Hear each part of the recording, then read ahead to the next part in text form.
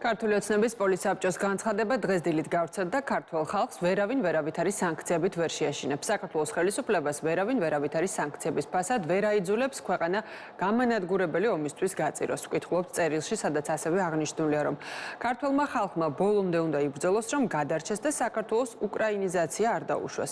უკლებრივ ყველა კონკრეტული პოლიტიკოსი თუ ბიუროკრატი, რომელიც ანტიქართული განცხადებებით გამოირჩევა, არის Deep State-ის ქსელის წევრი, რომელიც არა ამერიკელი ან ევროპელი ხალხის ინტერესების მიხედვით, არამედ გლობალური ომის პარტიის კარნახით მოქმედებს. ამერიკის არჩეული პრეზიდენტის გუნდი აკეთებს დამაიმედებელ განცხადებებს ამერიკულ ოფიციალურ სტრუქტურებში Deep State-ის განადგურების შესახებ.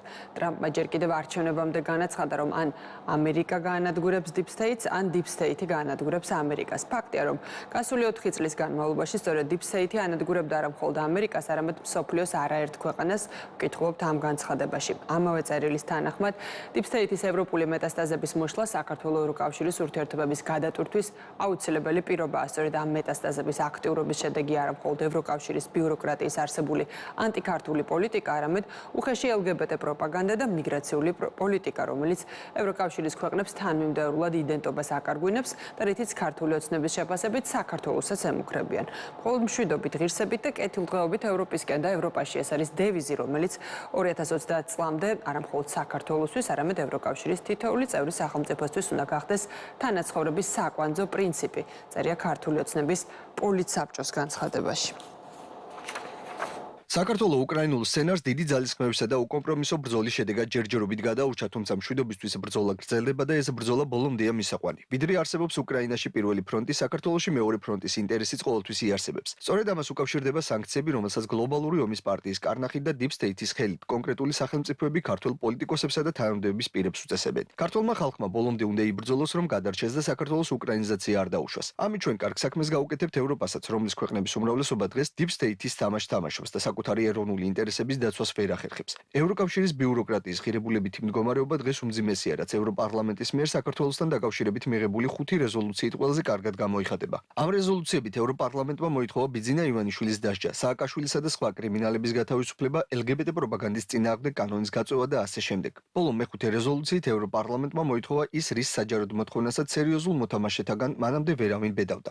რუსეთისთვის სანქციების დაწესება და ქართული ეკონომიკის ჩამოშლა. ამ ტენდენციის გათვალისწინებით ევროპარლამენტი მეექვსე რეზოლუციაში მაღალი ალბათობით რუსეთთან ომის დაწყებასაც ღიად მოგთხოვს. კონკრეტული სახელმწიფოების მიერ დაწესებული სანქციების ფორმალური საფუძველი რომ სრულიად არასერიოზულია, ამას დიდი მტკიცება არ სჭირდება. ბიძინა ივანიშვილს ასანქცირებენ იმისთვის, რომ საქართველოში სისხლიანი ავტორიტარიზმი დემოკრატიული მმართველობით ჩაანაცვლა. ადამიანების წამებისა და მკვლელობის ბიზნესის რეკეტის, მედიის მიტაცების, არჩევნების გაყალბების სისტემური პრაქტიკა დაასრულა. ქვეყნის ეკონომიკა 28 მილიარდიდან 90 მილიარდამდე გაზარდა და საქართველოს 12 წლიანი უწყვეტი მშვიდობა მოუტანა. ვახტანგ გომელაურს და გმირ პოლიციელებს, მათ შორის 2008 წლის ომში ნაბრძოლ ადამიანებს ასანქცირებენ იმისთვის, რომ ბოლო 2 წელიწადში ხელისუფლების გადატრიალების სამი ძალადობრივი მცდელობა ეფექტურად აღკვეთეს. თანაც ისე, რომ ამას არათუ მსხვერპლი არ მოჰყოლია, არამედ თუნდაც ერთი ადამიანის ჯანმრთელობაზე არავითარი კვალი არ დაუტოვებია. ამის საპირისპიროდ ყველას გვახსოვს გლობალური ომის პარტიისა და Deep State-ის ფავორიტების, მერაბიშვილისა და გახარიას 26 მაისისა და 20 ივნისის სპეცოპერაციები, რომლებიც ერთ შემთხვევაში 4 ადამიანის მკვლელობით, ხოლო მეორე შემთხვევაში 7 ადამიანის ჯანმრთელობაზე უმძიმესი კვალის დატოვებით დასრულდა. შეგახსენებთ, რომ არც მერაბიშვილის და არც გახარიას სანქცირება აზრად არავის მოსვლია, რადგან Deep State-ში იხელმძღვანელს რუზველტის ცნობილი გამონათქვამით „ძაღლიშვილია, მაგრამ ჩვენი ძაღლიშვილია“.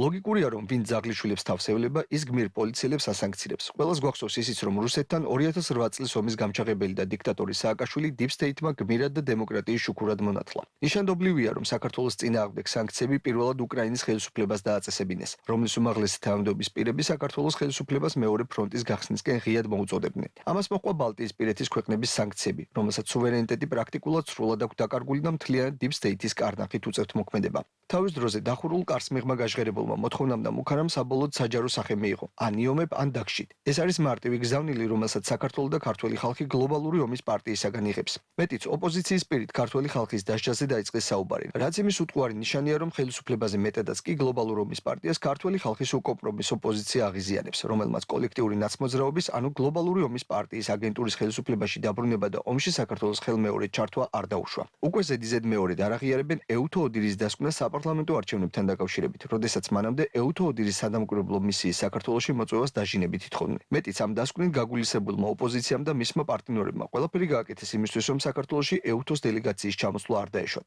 ამერიკელ კონგრესმენს ჯო უილსონს დააინიცირებინეს ეგრეთ წოდებული მეგობარი აქტი საქართველოს შესახებ, რომელსაც შინაარსიდან გამომდინარე მხოლოდ მტერი აქტი შეიძლება ეწოდოს. უილსონმა იმოქმედა პრინციპით, სასიამოვნო სასარგებლოსთან ერთად და დიპ სტეიტის დავალების შესრულებას ევროპელი პენსიონერების მძარცველი კეზერაშვილისაგან ფინანსური სარგებლის მიღებას დაურთო. ათეულობით ევროპელი პენსიონერისთვის წართმეული ფული ერთ ამერიკელ პენსიონერს ჯო უილსონს ხმარდება, რითაც დიპ სტეიტი თავის პოლიტიკურ ამოცანას ასრულებს და საქართველოს სანქციებით აშანტაჟებს. პრეზიდენტ ტრამპის მიერ დიპ სტეიტის მოშლის ამოცანის წარმატებით შესრულება შეუძლია ქართულ-ამერიკული ურთიერთობების თვისობრივი გადატვირთვა უზრუნველყოს, რაც გვჯერა თანაბრად შედის როგორც საქართველოს, ისე ამერიკის შეერთებული შტატების ინტერესებში. ევროპაში დიპ სტეიტის მეტასტაზების მოშლა შედარებით მეტი დრო დასჭირდება. როგორც უნგრეთის პრემიერ-მინისტრმა ვიქტორ ორბანმა აღნიშნა, სოროსმა დაკარგა ვაშინგტონი პრეზიდენტ ტრამპის არჩევით, მაგრამ ბრიუსელი კვლავ მის ხელშია. ბუნებრივია, სოროსში არა კონკრეტული ადამიანი, არამედ დიპ სტეიტის უკანმდგომი ოლიგარქიული ქსელი იგულისხმება. დიპ სტეიტის ევროპული მეტასტაზების მოშლა საქართველოს ევროკავშირის ურთიერთობების გადატვირთვის აუცილებელი პირობაა. იმედი გვაქვს, რომ 2030 წლამდე ევროკავშირი სრულად დაძლევს არაფორმალური ოლიგარქიული გავლენისა და დიპ სტეიტის პრობლემას, რაც შექმნის სათანადო პირობებს საქართველოს ევროკავშირში გასაწევრიანებლად. ამასთან საქართველოს არა მხოლოდ პასიურად უნდა დაელოდოს ცვლილებებს ევროკავშირში, არამედ თავადაც აქტიური წვლილი უნდა შეიტანოს ევროკავშირის წინაშე არსებული პრობლემების დაძლევაში. მხოლოდ მშვიდობით, ღირსებით და კეთილდღეობით ევროპისკენ და ევროპაში. ეს არის დევიზი, რომელიც 2030 წლამდე არა მხოლოდ საქართველოსთვის, არამედ ევროკავშირის თითოეული წევრი სახელმწიფოსთვის უნდა გახდეს თანაცხოვრების საკვანძო პრინციპი.